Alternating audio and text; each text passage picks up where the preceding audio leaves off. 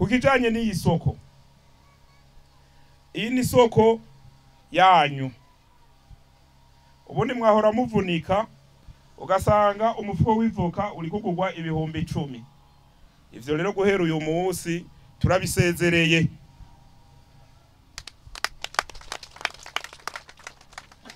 Nta murimyi azokongera gushora ivoka ziwe hama ngo aze kugurirwa intica ntikize.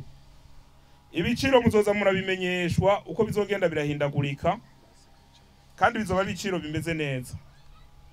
Hama natwe nk'indongozi twashizwe imbere n'abene gihugu kugira ngo dukurikirane igiterwa c'ivoka uko kirimwa nuko kigurishwa.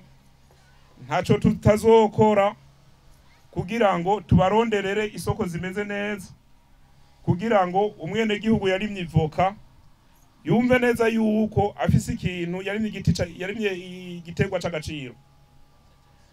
Ibiciro rero ndizera yuko bizoduga. Hama twagomba tubwire abantu baza gufukama abene gihugu mu kugura emigwazo. Usanga umuntu yiyadukije akagenda akagura igiti akakigura ibihumbi 30, akakigura ari amashugwe. Ivyo bintu bihagarare, nta migwazo izosubira gutangwa. Nuzohirahira akagura imigwazo, ico gihe tuzosaba abajejwe intwaro n'abajejwe umutekano yuko boca bahagarika uyo muntu yaguze umugwazo nyene igiti agasoroma hama agasubiza ayo mahera y'umugwazo yahawe. Mwava mumbaza uti mbe umwene gihugu azoba afise igiti hama agakenera uburyo bumufasha bizogenda gute? Nico gituma twashizeho amakoperative. Twagomba tubahamagarire abene gihugu bose yuko bohurikira mu makoperative. Baca umugani ngo nyamwigendako ntarimira impesha, kandi tubiri tuvurana ubupfu. Muri hamwe birashoboka, kandi turi hamwe birashoboka. Kuko maze kuja hamwe nk'ikijanye n'imiti tuzovugana n'abarongoye koperative. Iyo miti bamaze kuyiroswa bizokoroha ukuntu umurimyi wese acashikirwa bitagoranye. Muga mugiye mutazoba muri makoperative bizogora ko tumenya umwene gihugu yarimye hanaka uwundi akarima ahanaka.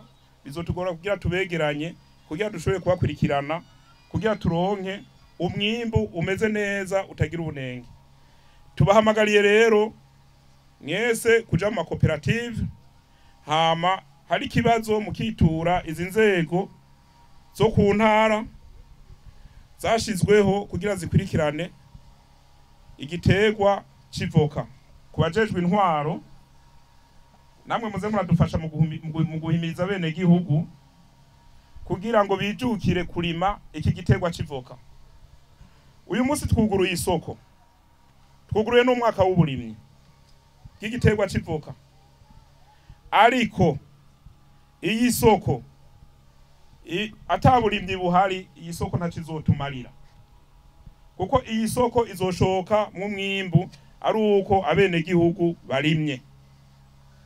Hejuru y'iyi soko mu gihe umwimbu woba mwinshi tukabona kukwiriye, tuzoronka n'amahinguriro muri iyi komine azoba ajejwe gutunganya igiterwa c'ivoka. Icambere rero twoshira imbere no kugwiza umwimbu. Nk'uko twabivuze twugurura isoko iri mu ntara ya Muyinga irabita mu Rugari, twarihaye ihangiro yuko twebwe nituzoshika mu mwaka w'ibihumbi 2040 twebwe urugendo rwacu n'ubwo imyaka 5 mu bihumbi 2029 twebwe tuzoba dushitse ku ihangiro ryacu kubijanye n'igiterwa c'ivoka.